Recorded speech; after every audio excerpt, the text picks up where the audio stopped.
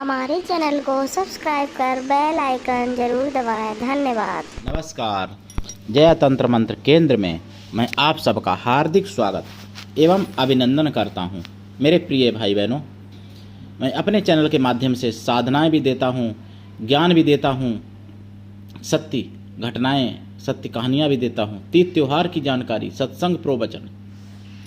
उसी श्रृंखला में आज मैं आपके लिए एक बहुत ही जानकारी अच्छी लाया हूं, जिसके लिए आपको हमारा वीडियो अंत तक देखना पड़ेगा। यदि आपने हमारा चैनल अभी तक सब्सक्राइब नहीं किया है तो तुरंत लाल वाली बटन दबाओ और घंटी बजा दो। आप हमारे चैनल के सब्सक्राइबर बन जाओगे और आप हमारे वीडियो को फेसबुक पर, व्हाट्सएप पर, ट्विटर अकाउंट के माध्यम से और इंस्टाग्राम पर अधिक से अधिक शेयर करें। लाइक और कमेंट करना भी आपका धर्म है। दुनिया में जिसका कोई नहीं मैं उसका हूं। अगर आपको अपनों ने धोखा दिया है, यदि आपको परायों ने धोखा दिया है, तो आप एक बार मुझे अवश्य आजमाएं। मेरे प्रिय भाई बहनों, हमारा मोबाइल नंबर है 9305 63 71 73। इसी नंबर पर संपर्क करें। अगर आप सनातनी हैं तो मुझसे ज़रूर जुड़ें। अगर आप में योग्यता हुई तो मैं आपको पदाधिकारी भी बनाऊंगा अपने संगठन में। आप किसी भी जाति धर्म से, कोई दिक्कत नहीं। आप विश्व में कहीं भी हैं, कोई दिक्कत नहीं। आप हमारे दिए हुए ज्ञान से भरपूर लाभ उठा सकते हैं। देखिए, मैं सनातन को एकता करने की आज मैं कहानी आपको बता रहा हूँ। जो सनातनी नहीं चेतना चाहते या नहीं जागना चाहते, या जो हमारी बातों को खराब मानते होंगे, कुछ ऐसे भी हैं सनातनी, या तो उनको सनातन का ज्ञान नहीं है, और या फिर वो अंदर से सनातनी नहीं है, केवल बाहर से नाम उनका हिंदू है, अंदर से जो है वो कहीं और धर्म में जा चुके हैं, या फिर पैदाइशी कहीं और धर्म से, मतलब उनका बाप या मातारी कोई और धर्म की है, एक दो में से। देखिए, ऐसे लोगों को मैं बताना चाहूँगा, एक सत्य घटना समझ लो या एग्जाम्पल समझ लो, कहानी समझ लो। एक तालाब था और उसमें बहुत सारे मेढक रहते थे, बहुत सारे मेढक। और एक सर्प ने सोचा कि मेढक बहुत सारे हैं, ये तो लाखों करोड़ों में मेढक हैं यहाँ तो, और अगर इनको सबको एक साथ खाएंगे तो नहीं खा पाएंगे, क्योंकि भाई सब हमला कर देंगे, हम अकेले और ये करोड़ों मेढक। तो सर्प ने एक चाल चली। सर्प तालाब के किनारे बैठ गया। तालाब के किनारे सर्प बैठ गया और कोई मेढक एक दो आसपास गया तो उसने कुछ नहीं कहा। उसने मेढकों का जो सरदार था, यानी प्रधान था, एक एग्जाम्पल है, ये कहानी है। तो जो मेढकों का सरदार था, प्रधान था, उसके पास वो लोग गए, मेढक लोग, कि घर के तालाब के बाहर देखो कोई सर्प देवता बैठे हुए हैं, और ये न तो चल रहे हैं, ना हिल रहे हैं, ना डुल रहे हैं। क्या है, बीमार हैं, क्या अस्वस्थ हैं, क्या दिक्कत है, उनको पता करो, किया जाए। तो मेढकों का जो सरदार था वो गया सर्प के पास और बोला, नाग देवता, आप कैसे, क्या दिक्कत है, आप स्वास्थ्य ठीक नहीं है, आपका स्वास्थ्य है, या आप क्या है, आप चल भी नहीं पा रहे, हिल भी नहीं पा रहे, क्या दिक्कत है? और देखने में तो ऐसा नहीं लगता कि आपका ऐसा होना चाहिए, लेकिन क्या दिक्कत है? तो सर्पदेव ने कहा कि क्या बताऊं, मेरी एक कुछ मजबूरी है, अगर कृपा हो जाए तो फिर भगवान की तो दूर हो सकती है मेरी दिक्कत। तो कि क्या दिक्कत है? कि मुझे एक श्राप लगा है। ऐसा था, एक ऋषि को हमने डस लिया। ऋषि ने श्राप दे दिया कि अब तू ना चल पाएगा, ना हिल पाएगा, ना डुल पाएगा, एक जगह ऐसा ही पड़ा रहा। तो मैंने कहा कि महाराज मुझे क्षमा करो, मैंने अपना सर्प स्वभाव होने के कारण डस लिया आपको, आप मुझ पर कृपा करो और इस श्राप का उद्धार कैसे होगा, मेरा उद्धार का, मुक्ति का रास्ता बता दो। तो कहा कि अब तू मेढकों की सेवा कर, तब तेरा उद्धार होगा। तो अगर मेढकों की सेवा हमको करने को मिल जाए तो हम अपना जीवन धन्य बना सकते हैं। तो जो मेढकों का प्रधान था उसने कहा, अरे ऐसी क्या बात है, हम लोग इतने मेढक हैं, बताओ मेरी क्या सेवा करोगे, आप क्या सेवा करना चाहोगे? तो कि सेवा क्या, हम पीठ पे बैठा लगे आपको घुमाऊं, घुमाऊँगा धीरे धीरे चल के पीठ पे आप मेरी बैठो, मैं चल लूँगा, वैसे तो नहीं चल पाता हूँ। तो कोई ठीक है, ऐसी क्या बात है, बैठ गए पीठ पे, ये घुमाओ भाई। एक दिन घुमाया उसने खूब, 2 दिन घुमाया, तीसरे दिन धीरे धीरे चलने लगा, मतलब जैसे कि भार हो रहा है मेढक का। तो मेढक ने कहा कि महाराज आपकी कहने पर हम तो आपकी पीठ पे बैठे थे, आप बताइए क्या दिक्कत है, आज आप पे चला नहीं जा रहा, ऐसा क्या समस्या है? तो कि अब मैं आपको लेके नहीं चल सकता साहब भाई। तो कि क्यों, क्या दिक्कत है बताइए? तो कि हमको लगी है भूख बहुत ज़्यादा, और मैंने 3 दिन से कुछ खाया भी नहीं, और पहले भी शरीर तो ऐसा था ही, मैं नहीं कुछ खा पाता था, जो भगवान की कृपा से कुछ मिल जाता था बैठे बैठे वो खा लेता था, चल के तो वैसे भी नहीं खा सकता था। तो अब मुझे लगी है भूख और अब मैं खाऊं का। तो कि क्या खाओगे, हमारे पास यहाँ बताओ आप। तो कि क्या बताएं, आपको कष्ट होगा कि नहीं नहीं बताओ बताओ, हमारे प्राण भी तुम्हारे लिए हाजिर हैं, तुमने सेवा मांगी है, मैं मेरा कर्तव्य है कि मैं तुम्हारा उद्धार करूं, तुम्हाको पहले जैसी स्थिति में पहुंचाऊं। तो कि अगर ऐसा है तो एक मेढक मुझे खाने को मिल जाता तो मेरा भूख तृप्त हो जाती। तो कि ऐसी क्या बात है, करोड़ों मेढक हैं, खाओगे, एक रोज मेढक खाया करो आप। तो अब तो सर्प देवता उनको घुमाए खूब और रोज एक मेढक खाने लगे। मेढकों की संख्या तालाब में धीरे धीरे धीरे धीरे कम होने लगी। भाई एक रोज पैदा तो नहीं जाएगा, और वहाँ करोड़ों लाखों थे जो भी थे वो सब एक एक करके ख़त्म होने लगे। और फिर तो एक दिन में एक का, फिर भाई जब उनके प्रधान दोस्त बन गए तो एक दिन में 2-2 3-3 भी खा लें वो मेढक, जब भूख लगे तब खा लें सर्प देवता, फिर क्या। तो क्योंकि दूसरा मेढक कोई बोलेगा नहीं, जिसको पकड़ेगा उसकी और विरोध में कोई बोलेंगे नहीं, क्योंकि प्रधान मेढक है, सरदार जो सबसे बड़े मेढक है, उनका आदेश कौन उल्लंघन करे।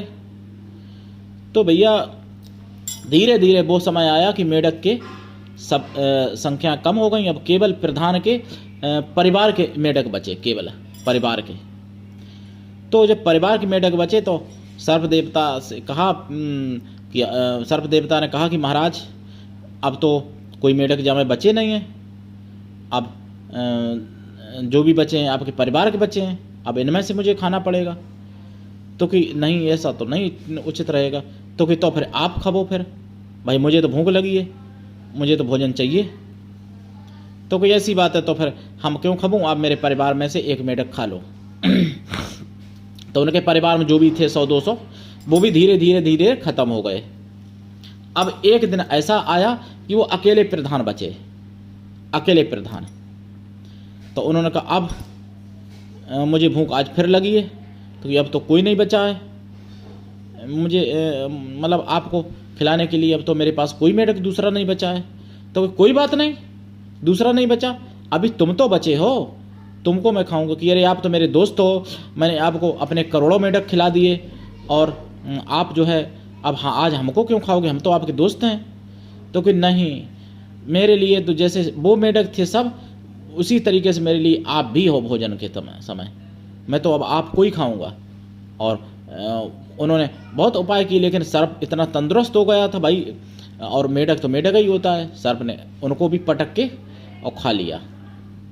तो मेरे प्रिय भाई बहनों, कहीं ऐसा ना हो जाए कि जो सनातन विरोधी जो मतलब सोचते हैं कि हम सनातन की बुराई करके, सनातन को हम नीचा दिखा के और दूसरे धर्म का हम, दूसरे मजहब का हम मतलब प्रेम प्राप्त कर लेंगे। तो भैया एक दिन नंबर तुम्हारा भी आना है, अगर तुम मर भी जाओगे, तुम नहीं बचोगे, तो तुम्हारे बच्चों का नंबर आना है, ये बात आप समझ लो। अगर तुम नहीं बचोगे तो तुम्हारे बच्चे बचेंगे, उनका नंबर आना है। तो इसलिए मैं कहता हूं कि जितने सनातनी भाई बहन हैं सब एक बन जाओ, और सरकारों को भी ध्यान देना चाहिए। सनातन के लिए कोई कार्य नहीं कर रही सरकारें, अगर सही कहूँ तो। क्यों कि जितने प्रतिबंध सब सनातन पे ही लगाए जाते हैं, कहीं फला मंदिर पे प्रतिबंध, कहीं फला मंदिर पे प्रतिबंध, पुरानी परंपराएं सब खंडित की जाती हैं और की गई हैं, बची कहाँ परंपराएं। कहीं वो मंदिर था जिसमें महिला का प्रवेश मना था, तो उसमें हाई कोर्ट ने संज्ञान ले लिया, बताते हैं लोग। कहीं हाई कोर्ट संज्ञान ले लेता है, तो कहीं कोई कोर्ट संज्ञान ले लेता है, कहीं कोई कोर्ट संज्ञान ले लेता है। क्या सनातन के लिए बना है ये कोर्ट? और क्या संविधान में सनातन के लिए सारा संविधान है लागू? सनातन तो बहुसंख्यक है ना, तो सनातन की आस्थाओं को खंडित करने के लिए ही क्या संविधान बना है? जितने अनुच्छेद हैं सनातन की आस्थाओं को खंडित करने के लिए बने हैं, और किसी मजहब की बात पे, गलत बात पर भी नहीं बोल पाते। वहाँ पर उनकी अनुच्छेद में सारे छेद हो जाते हैं, जितने अनुच्छेद हैं उनके पास उन सब में छेद हो जाते हैं। मैं क्यों बोल रहा हूँ ये सी बात कि अभी तक किसी ने आवाज़ नहीं उठाई होगी शायद। नलखेड़ा में, उज्जैन से के पास में नलखेड़ा में मंदिर था मंगलामुखी माता का, जिस मंदिर में मिर्ची का हवन होता था और किसी का कोई कष्ट नहीं होता था। लोग पास में बैठे रहते थे, मिर्ची की कोई गंध भस कुछ भी नहीं लगती थी, और 1-1 किलो 2-2 किलो मिर्चें वहाँ जल जाती थी, और प्रशासन ने बंद करा दिया वो हवन।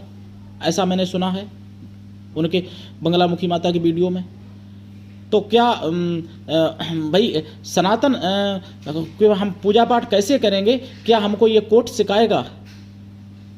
क्या सुप्रीम कोर्ट या हाई कोर्ट ये सिखाएगा कि मैं सनातन की पूजा पाठ कैसे करूंगा, मैं हवन कैसे करूंगा, कि मैं व्रत कैसे रहूंगा, कि मैं आरती करूंगा, कि मैं दीपक जलाऊंगा, कि मतलब मंदिर में कितनी आरती होनी चाहिए, कि तेल जलेगा कि घी जलेगा, कि जल कैसे चढ़ाऊंगा? ये क्या कोर्ट सिखाएगा?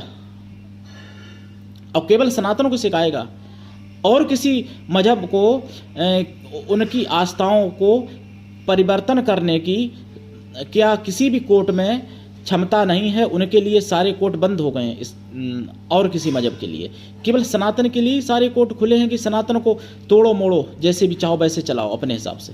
तो मेरे प्रिय भाई बहनों, ये तभी हो रहा है जब आप लोग सनातनी एक नहीं हो। ये समझ लो कि अगर इष्ट देवता, कुल देवता, पितर देवता अगर रुष्ट है तो दुनिया में कोई आपका भला नहीं कर सकता है, चाहे आप लाखों तीर्थ कर लो, चाहे आप कुछ भी। और अगर पितर देवता, कुल देवता, इष्ट देवता अगर आपके अनुकूल हैं, अगर सनातनी देवी देवता अगर आपके अनुकूल हैं, तो दुनिया में कोई ऐसी ताकत नहीं जो आपका कुछ बिगाड़ दे। मेरे प्रिय भाई बहनों, मैं इसलिए कह रहा हूँ कि सनातनी आस्थाओं पर जो ये कुठाराघात होते चले आ रहे अभी तक, तो इन पर कब तक आप सहते रहोगे? क्या एक दिन ख़त्म कर लोगे अपने को उन्हीं मेढक की तरह?